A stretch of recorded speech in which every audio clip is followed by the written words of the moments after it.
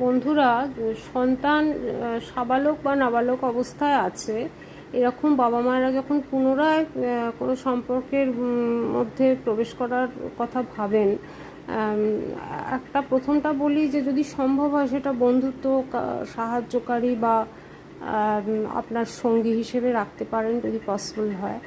আর না হলে যদি বিবাহ করেনও সেটাকে একদম সিক্রেট রাখুন, কেননা বাবা মার পুনর্বিবাহ সন্তানের উপর একটা ভীষণ মানসিক এবং সামাজিক চাপ সৃষ্টি করে।